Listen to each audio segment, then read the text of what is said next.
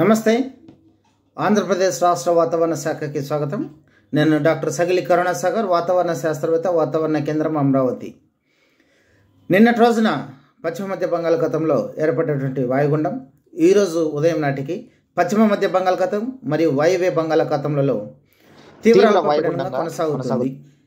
ఇది ఉత్తర వాయువ్య దిశగా కదులుతూ ఈరోజు రాత్రికి అనగా 2వ తేదీ రాత్రికి ఉత్తర కోస్తాంధ్రప్రదేశ్ మరియు ఒడిశా తీర ప్రాంతాల మధ్య అనగా దాదాపుగా గోపాల్పూర్, పారాడీప్ వీటి మధ్య తీరం దాటే అవకాశం ఉంది. దీని ఫలితంగా ఈరోజు మనకు ఆంధ్రప్రదేశ్ రాష్ట్రంలో ఉన్నటువంటి వాతావరణ హెచ్చరికలు గమనించినట్లయితే ఉత్తర కోస్తాంధ్రప్రదేశ్లో తేలికపాటి నుండి ఒక మోస్తరు వర్షాలు అనేక చోట్లతో పాటుగా 1 లేదా 2 చోట్ల భారీ నుండి అతి భారీ వర్షాలతో పాటుగా అత్యంత భారీ వర్షాలు కురిసేదానికి అవకాశం ఉంది.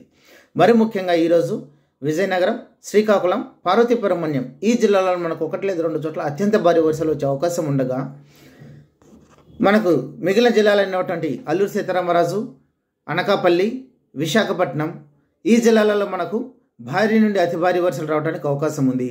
అదేవిధంగా ఏలూరు, ఈస్ట్ గోదావరి, కోనసీమ, కాకినాడ జిల్లాలలో 1 లేదా 2 చోట్ల భారీ వర్షాలు రావడానికి అవకాశం ఉంది. వీటితో పాటుగా ఈరోజు కోస్టల్ ఆంధ్రప్రదేశ్లో మనకు గాలులు 50 నుండి 60 కిలోమీటర్ల వేగంతో వీచేదానికి అవకాశం ఉంది.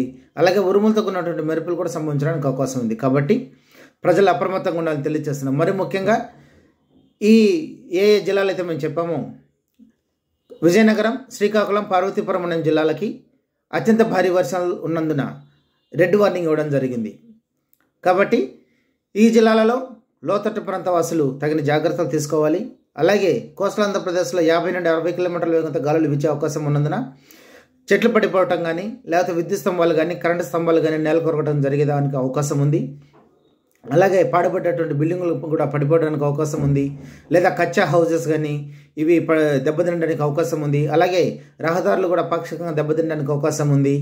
అలాగే రహదారులు దెబ్బతినేదానికి అవకాశం ఉంది. కొండ చర్యలు విరిగిపడేదానికి కూడా అవకాశం ఉంది. కాబట్టి ప్రజలు బయటికి వెళ్లకుండా తగిన జాగ్రత్తలు తీసుకోవాలని హెచ్చరికలు జారీ చేస్తున్నాం. అదేవిధంగా ఈదురుగాలులు సముద్రంలో కోస్టల్ ఆంధ్రప్రదేశ్ తీర ప్రాంతం వెంబడి కూడా గంటకు 50 నుండి 60 కిలోమీటర్ల వేగంతో వీచే అవకాశం ఉన్నందున మత్స్యకారులు ఎవరు కూడా రాబో 2 రోజులు సముద్రంలోకి చేపలకు వేటకు వెళ్లారని హెచ్చరికలు జారీ చేస్తున్నాం. నమస్తే.